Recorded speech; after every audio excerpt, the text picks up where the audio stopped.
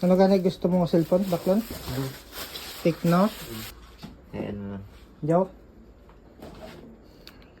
Yeah. So what's up guys? Pupunta tayo ngayon sa mall. Titingin tayo ng cellphone dahil bibilhan natin yon si Airpat ng cellphone.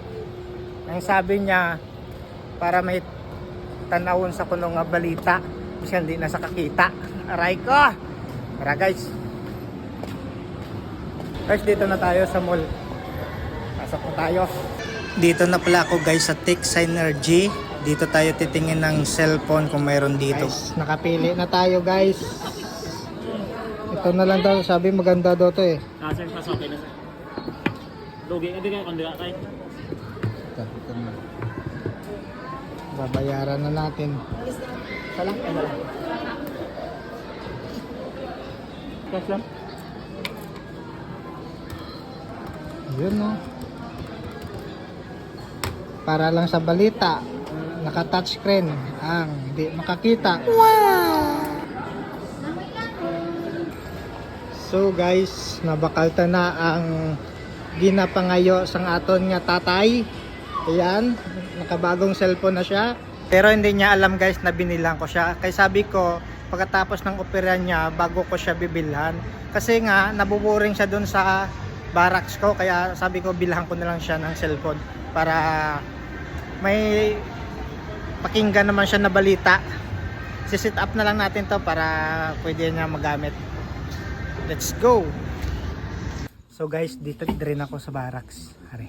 Kadto istoryahon ta sa kung anong gusto na.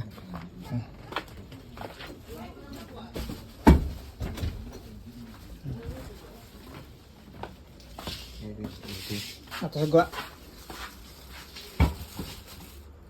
Ano yung bakal? Ha? Sudan. Yan. Sudan.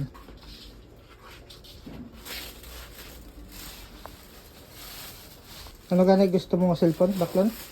Tecno? Ano lang. Jow? Yeah.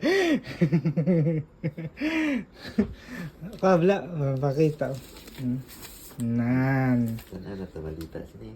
Tanaw na ta balita sini. Hindi ka makakita, tanaw ka na balita. Ikaw lang na ako. Sir, daw TV Patrol. Bukse. Ito magbukas na. Plaster bla, plaster yan eh bla. Yun.